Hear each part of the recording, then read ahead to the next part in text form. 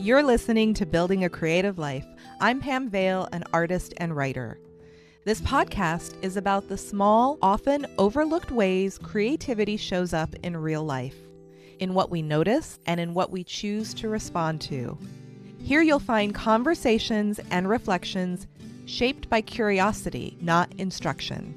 No expectations, nothing to master. Just room to pay attention and trust where that leads.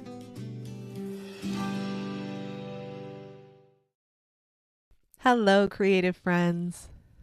There's a strange badge of honor in our culture around always being busy, always working, always showing up and being useful. Having a full calendar or a color-coded list, a life that looks productive from the outside. And if you're like me, midlife and multi-creative, it's easy to forget that you are not a machine. You are not a system of inputs and outputs.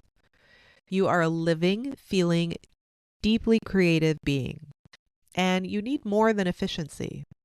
You need beauty, and you need play, and you need time to be aimless, to wander, to try new things, and to succeed and fail, to rest, and to do absolutely nothing with no guilt. Women especially keep waiting for permission. We wait for someone to say yes. It's okay to rest. Yes, you're allowed to want something just for you. Yes, take the time to figure something out or to shift directions.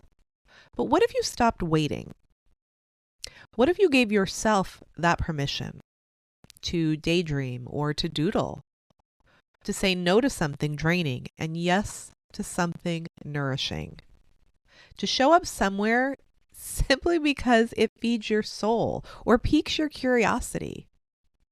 I've noticed recently that when I'm not working on certain parts of my business, I have this low-level underlying feeling of guilt, like I should be doing something else, like I'm doing something wrong. Even if I'm working on other parts of my creative business, that switch still feels turned on. You know how they talk about cortisol levels being elevated constantly and how they don't come down until you give them attention and support to do so? Well, that's how this guilt feels to me, like it's just always on. An expectation humming in the background. Someone looking over my shoulder and judging me and my choices. It causes me to never feel totally in the moment or to experience a sense of accomplishment for what I'm actually working on. I almost canceled plans recently. It was a creative gathering that I had been excited about when I scheduled it, but as the date got closer, I started to dread it. I had a million reasons not to go. Real things like productive things and comforting things. I even found myself quietly hoping someone else would cancel first so I wouldn't have to. But I went. And I had fun. Real, soul-filling, laugh out loud fun. The kind of fun that reminds you that you are more than a caretaker, more than a worker, more than a doer. You're a person, a creative, a spirit who needs light and spark and community. Time won't show up on your doorstep like a wrapped gift. You have to choose yourself. Choose the poetry class. Choose the collage night. Choose the new project. Choose the walk with a creative friend. Make the time, even once this month. Just try. A couple of days ago, I finished a 2-year soul-nourishing book project. 2 years! It is a deeply personal gift of my experience and knowledge. Later that same evening, I immediately started the next one. And now the new project has been amazing. Information and inspiration are flooding out of me almost involuntarily. It's effortless, joyful, and exciting. It was like it was in the wings, just waiting to step up. I'm grateful for the new path that appeared. And at the same time, as I've been writing for these last few days, I feel bad.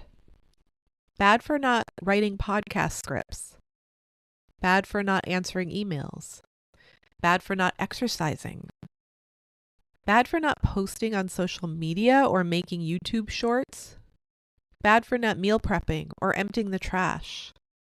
It's like no matter what I'm doing, there's this voice reminding me of what I'm not doing. That's the machine voice. But we are cyclical. We are layered. We are human. We need completion. We need celebration. And we need space between things. We need to sit in the afterglow of something we poured ourselves into for 2 years. We need to say, that mattered. We need to revel in the joy of new projects and follow the muse.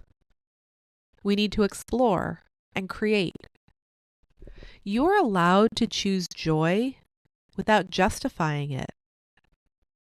And you're allowed to pick where your energy goes. So if you feel that low-grade hum of guilt, that constant sense that you should be doing more or something else, notice it.